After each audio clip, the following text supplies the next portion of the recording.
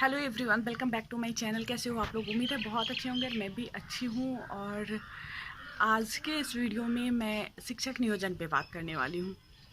ये कोई blog video नहीं है, क्योंकि ब्लॉग मैं शूट करने का कोशिश करती हूँ, लेकिन यहाँ पे मैं कुछ करती ही नहीं हूँ, तो फिर ब्लॉग नहीं तैयार हो पाता है। तो मैं सोची हूँ कि क्यों ना शिक्षक नियोजन पे बात किया जाए। तो जैसे कल ब्लाइंड फेडरेशन केस की सुनवाई थी और पूरा ऐसा लग रहा था, मैं भी ब्लॉग बनाई थी, उसमें चर्चा करी थी इस बात पे। लग रहा था कि कुछ ना कुछ डिसीजन आ जाएगा, लेकिन डिसीजन नहीं आ पाया। और फिर अगली डेट 31 तारीख को मिली है। 31 तारीख को सोमवार है, तो उस दिन अगली डेट मिली है। तो इसमें क्या है कि गवर्नमेंट का ऐसा कहना है कि विकलांगों के लिए जो 4% कोटा है, उस कोटे को छोड़कर बाकी सीट पर बहाली करने दिया जाए, क्योंकि 4% कोटा के कारण बाकी जो अभ्यर्थी हैं, लाखों अभ्यर्थी जो बहुत ज़्यादा परेशान है, और साथ ही स्कूल में शिक्षकों की कमी है, तो उससे शिक्षा व्यवस्था पर भी बहुत बुरा प्रभाव पड़ रहा है। लेकिन फेडरेशन जो है इसको मानने के लिए तैयार नहीं है। उनका कहना है कि ये जो वैकेंसी निकाली गई है वो सही तरीके से नहीं निकाली गई है। इसमें फिर से दिव्यांगों के लिए नोटिफाई करके और आवेदन लिया जाए, और 15 दिन के बाद फिर मेरिट तैयार करके बहाली किया जाए। तो ऐसा उनका मांग है, फेडरेशन का मांग है, और गवर्नमेंट का मांग है कि 4% कोटा को छोड़ के और बाकी जो बहाली है सो सिर्फ उनके कारण बाधित ना हो, ऐसा मांग किया गया है। लेकिन अब देखिए, फिर अगली डेट मिली है 31 को। तो 31 को क्या होता है, जो भी होता है मैं बताऊंगी आप लोगों को। तो ज़्यादातर मेरे सब्सक्राइबर जितने भी हैं वो इससे जो मेरे CTET वाले चैनल पे हैं वही लोग हैं लगभग, क्योंकि कमेंट से पता चलते रहता है, लोगों का कमेंट आते रहता है और उससे ऐसा पता चलते रहता है कि वही लोग हैं। और फिर मैं वहाँ से आ गई हूँ जहाँ पे थी, वहाँ से। तो पता चलते रहता है कमेंट से, आप लोगों के द्वारा जो कमेंट आते रहता है उसी से। तो ज़्यादातर शिक्षक नियोजन से संबंधित ही कमेंट आते रहता है। तो यही चीज़ें हैं। अब देखिए क्या होता है आगे। मतलब पूरी तरह जो प्रक्रिया है बस इसी कारण बाधित है। यही बस एक रीज़न है जिसके कारण नियोजन नहीं हो पा रहा है। और जहाँ तक मैं समझ रही हूँ, गवर्नमेंट नियोजन को इस बार गवर्नमेंट नियोजन करना चाहती है, क्योंकि कल सुनवाई हुई है और कल के ही डेट में फिर से लेटर आया है वीडियो कॉन्फ्रेंसिंग के लिए। और सारे ज़िले के, जितने बिहार में जितने भी ज़िले हैं, सारे ज़िले के जिला शिक्षा पदाधिकारी और जिला कार्यक्रम पदाधिकारी को वो करके वीडियो कॉन्फ्रेंसिंग के माध्यम से जितना भी सीट है दिव्यांगों का रिक्ति को मांगा गया है। जो किस ज़िले में कितना है, अलग अलग दिव्यांग का, जैसे दृष्टिबाधित के लिए अलग, मतलब जितने भी प्रकार के दिव्यांग होते हैं सबका अलग से वो रिक्ति मांगा गया है। मैं शेयर करी थी उस लेटर को अपने CTET and TET preparation channel जो है उस पर शेयर की थी, देखे होइएगा आप लोग। क्योंकि पहले ही मैं बोली हूँ कि ज़्यादातर वही लोग हैं जो मेरे उस चैनल के भी सब्सक्राइबर है, इस चैनल के भी है, ज़्यादातर लोग। तो मैं सोची हूँ कि चलो मेरा तो ब्लॉग भी जैसे ब्लॉग होता है तो लाइफ में जो चीज़ें होती रहती है तो वही चीज़ शेयर की जाती है इसमें। तो यही सब चीज़ें अभी चल रही है। तो मेरा भी पूरा ध्यान आप ही लोग की तरह इसी पे टिका हुआ रहता है जब भी सुनवाई होने वाली रहती है, जब भी, क्योंकि इतने दिनों से, काफ़ी लंबे टाइम से मैं इस पे शिक्षक नियोजन पे वीडियो बना रही हूँ और आप लोगों से इस कदर जुड़ी हुई हूँ कि मैं बहुत अच्छी तरह से आप लोगों के उसको दर्द को महसूस करते रहती हूँ। क्योंकि बहुत खुशी होती है जब कोई लेटर आता है कुछ भी शिक्षक नियोजन से संबंधित, तो बहुत खुशी अंदर से होती है कि चलो कुछ हो रहा है, आगे बढ़ रहा है। लेकिन इस बार लग रहा है कि हाँ, सही में गवर्नमेंट नियोजन करना चाहती है।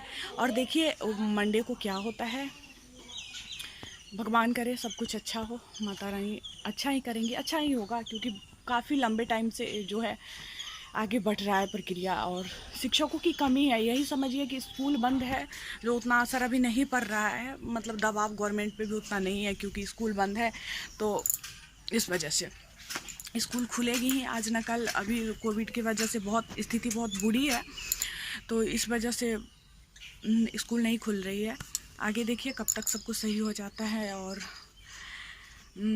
बहुत सारे लोग, कुछ लोग मेरे से पूछते रहते हैं, ज़्यादातर लोग जानते हैं कि मैं कहाँ से हूँ। तो मैं बिहार से तो हूँ, ये तो सबको पता है, बट ज़िला के बारे में पूछते रहते हैं। तो मैं मुजफ्फरपुर की हूँ। कल एक सब्सक्राइबर सौरभ जी, उन्होंने पूछा था मुझसे, तो मैं मुजफ्फरपुर से हूँ, वो शायद मोतिहारी से थे। मैं कमेंट सबका रीड करती हूँ, ऐसा नहीं है रीड नहीं करती हूँ, कमेंट पढ़ती हूँ।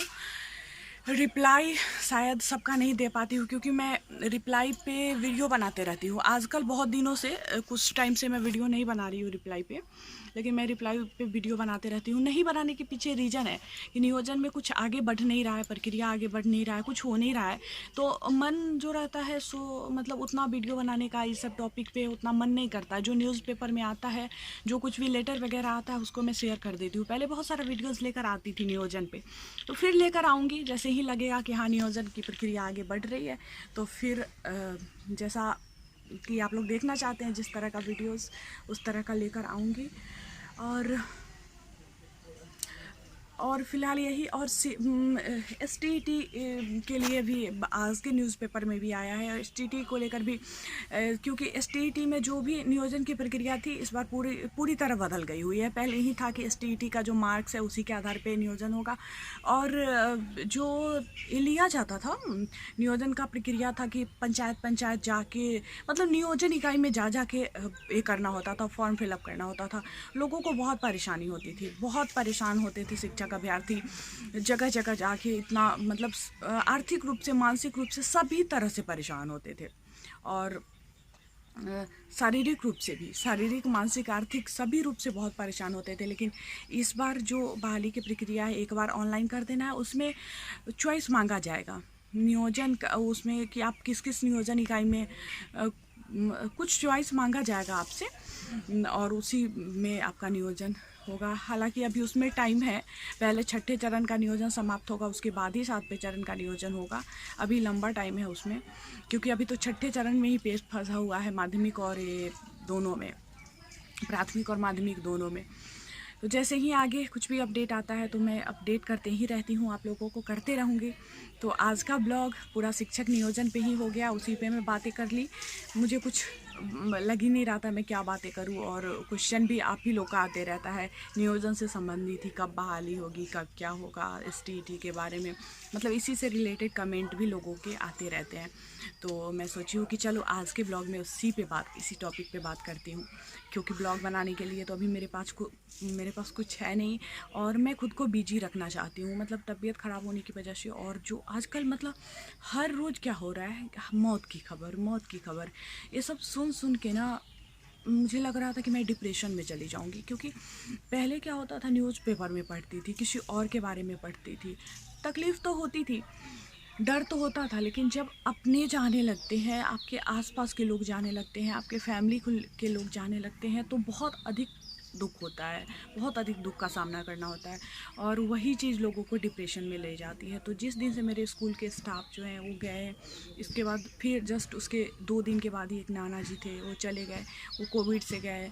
और ये तो जो स्कूल के स्टाफ थे इनके बारे में सब पूछ रहा था कैसे क्या हुआ, तो इनको हार्ट अटैक आया था, अचानक से हो गया। कोविड नहीं था, कुछ भी नहीं था, वो बिल्कुल स्वस्थ थे, और अचानक से उनके साथ हुआ, उनको हार्ट अटैक आ गया। बहुत कम उम्र था, 40 साल ही अभी उम्र था, जाने की उम्र नहीं थी, लेकिन फिर भी चले गए। तो जब अपनों को कुछ होता है, अपने आसपास कुछ होता है, तो बहुत तकलीफ़ होती है। उससे जस्ट पहले मेरे स्कूल की ही एक और स्टाफ है, उनके हस्बैंड चले गए थे कोविड से। मतलब इतना तकलीफ़, मतलब आसपास के लोगों का दुख देख के, मतलब अपने लोगों को जाते देखकर बहुत बुरा लगता है। और वो जो स्टाफ स्कूल के चाचा मेरे, वो गए, उसके 2 दिन के बाद ही वो नाना जी चले गए। मतलब हर रोज़ कुछ बुरा, और अपने आसपास के लोगों को सुन के डिप्रेशन में जा रही थी। तो मैं सोची कि नहीं, अब मैं हर रोज़ वीडियो बनाती हूँ, ब्लॉग बनाती हूँ, ताकि मैं खुद को इसमें इतना बिजी कर लूँ, इतना बिजी रहूँ कि मुझे वो सब चीज़ सोचने का मौका ना मिले। क्योंकि कोविड की वजह से मेरा शरीर बहुत कमज़ोर हो गया हुआ है, ऊपर से ये सब सोचती हूँ तो डिप्रेशन में चली जाऊँगी। सच्ची में जो मेरा स्थिति है उसमें मैं डिप्रेशन में चली जाऊँगी। अभी देखिए, अभी मैं हंस के बातें कर रही थी, फ़ोन का स्पेस ख़त्म हो गया, तो मैं वीडियो को यहीं पे समाप्त करती हूँ। फिर मैं मिलती हूँ आप लोगों से नेक्स्ट वीडियो में। तब तक के लिए बाय बाय, अपना ख्याल रखिएगा, अच्छे से रहिएगा, घर में रहिएगा, क्योंकि बाहर बहुत खतरा है।